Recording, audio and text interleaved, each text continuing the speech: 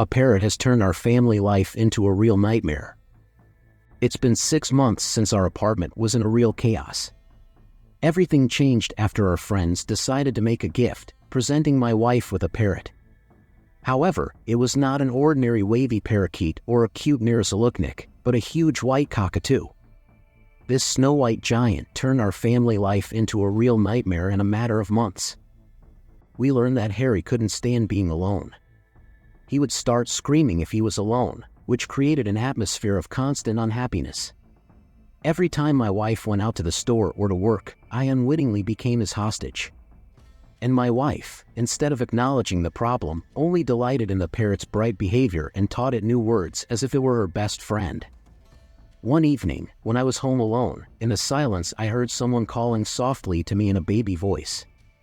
At first I thought it was a hallucination. However, gathering my wits, I walked out of the room and saw that it was Harry. Turns out my wife had trained him to say my name. The parrot had cleverly changed his tone of voice, sometimes shouting in a gruff bass, "John, where are you?" and sometimes whispering softly, "Johnny, I'm your sweetheart." These manipulations caused my nervous tics, and the constant calling made it impossible for me to concentrate on my usual activities. One day Harry decided that I was a threat to his relationship with my wife. He began to see me as a rival. As soon as I was in his line of sight, he would flap his wings and flick his beak aggressively. If the parrot was out of its cage, which happened quite often, it would turn into a real fighting machine, suddenly attacking me and tearing out pieces of my hair. My wife tried to intervene, but was reluctant to do so for fear of being victimized by the parrot's wrath. After each such attack, my wife would apologize, explaining that it's just a parrot and that it was acting purely on instinct. How to survive in such a situation? The constant attacks forced me to look for ways to defend myself. At first I tried covering my head or wearing a baseball cap, but that didn't work. Harry's powerful beak could easily handle such defenses. Then I decided to take the extreme measure of putting a colander over my head, hoping that the metal mesh would protect my hair. My wife laughed at me, but I was willing to do anything for my own safety. The culmination of our torment with Harry was when he destroyed all the curtains in our house. These curtains had been chosen with special taste and love. They had not only practical value, but also gave our apartment a cozy feel. Now, torn to shreds, they were hanging and lying everywhere. We had to throw them out, and that was the last straw.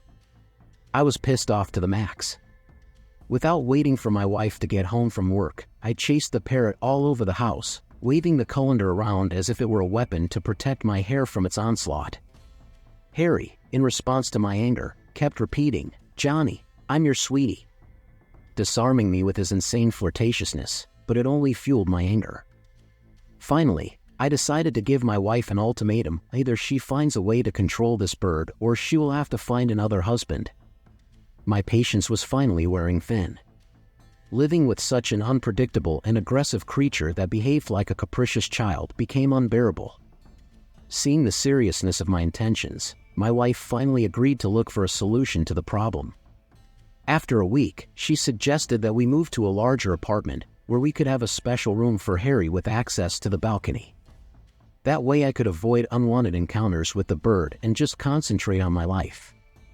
Despite some doubts, I agreed, but on the condition that all responsibility for the parrot should fall on her shoulders. I was not going to deal with this aggressive creature anymore. After the move, my wife and I thoroughly organized the bird zone. We installed additional perches, a variety of toys, and even a small fountain, created for maximum comfort. At first everything went smoothly.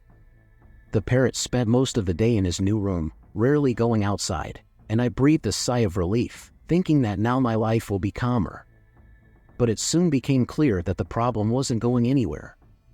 One morning I woke up to a strange noise coming from Harry's room. It sounded like someone scratching and scraping in the wall. At first I thought it was mice, but the sound was too loud and harsh.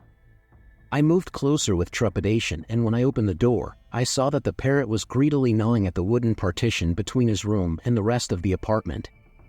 He was desperately trying to make a hole to get out, as if eager to return to his usual chaos. The sight shocked me. I couldn't believe it was going to start all over again. Harry was going to invade my personal space again. Not knowing what to do, I quickly called out to my wife, who came in surprised at the sound. She was just as stunned as I was. The two of us began trying to distract the parrot, but he seemed to pay no attention to us, busy minding his own business. As we tried to stop Harry, another idea came to mind. Perhaps he wasn't getting enough activity? I suggested setting up a room in the shape of a maze, with fun surprises along the way. We needed to make sure Harry wouldn't get bored and would find interesting ways to spend his time. After much debate, we agreed to the new changes. I, full of enthusiasm, began gathering materials to create a bird park. First, we made some slanted shelves that he was interested in exploring. Then we installed hanging toys and mirrors, anything that would enthuse Harry.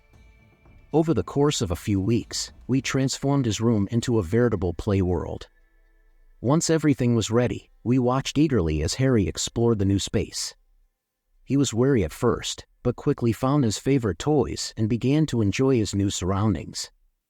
We finally calmed down when he finally left the wall alone. He was now spending more time in his room playing and exploring rather than trying to go storm the rest of the apartment. Life was starting to get better. I began to see Harry not just as an aggressor, but as a fun parrot who could bring joy into our lives. But no amount of new toys and treats could keep Harry from his destructive plans. Every night he continued to gnaw on the tree, and soon the hole was so big you could fit through it. Looking at this, I felt that our truce with the parrot was coming to an end. The next day, coming home from work, I caught an unexpected sight. Harry was sitting on the kitchen table playing merrily with pots and pans, scattering their contents all over the floor. Next to him stood my daughter, who had recently returned from school. The girl looked at the parrot with admiration, but I could see she was a little scared. Harry looked pleased with himself. He lifted his head and said in his baby voice, "Johnny, I'm your sweetie." I couldn't stand it and rushed over to him, grabbing the parrot by the wings. Harry squealed, but didn't fight back. I carried him back to his room and locked the door. My daughter was indignant, saying that the parrot was bored and suggested that I buy another parrot so he would have someone to socialize with. That suggestion got me thinking. Maybe she's right. Maybe Harry does need a friend. But the thought of having another parrot in our apartment made me shudder. That evening, when my wife and I discussed the situation and I shared my thoughts, she frowned. We argued for a long time, but eventually came to a compromise. We decided to try to take a second parrot on a temporary stay to see how they get along. If all went well, maybe we would keep him permanently. The next morning we went to the pet store. The salesman offered us a young parrot that he said was very friendly and outgoing. We bought it and brought it home. When the new parrot appeared in the apartment, Harry froze in place. He couldn't believe his eyes. The new parrot was looking at him with interest as well. They began to slowly approach each other, studying and examining each other. Then, suddenly, both parrots took to the air and began circling the room, making joyful cries. The daughter rejoiced, saying that they had become friends. But the joy was premature. After a few minutes, the parrots landed and started fighting. They beat each other with their wings, biting and squealing. I tried to break them up but got a couple of painful bites. I got angry, grabbed both parrots and locked them in separate cages. So we went back to our old routine. Harry stayed in his own room and we returned the new parrot to the store. Fortunately, the salesman agreed to take it back. Then came a new idea.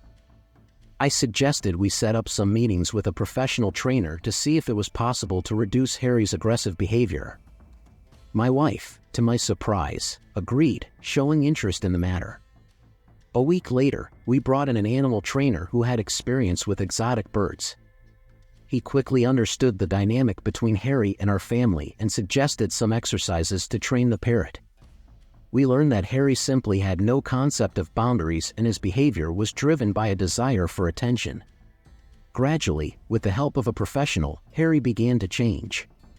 The attacks stopped and the parrot became more confident in responding to the new rules. My wife and I spent a lot of time on our new approach to interacting with Harry, and eventually even learned some tricks to get him to behave more peacefully. As Harry's territory in the house diminished, my irritation gradually subsided.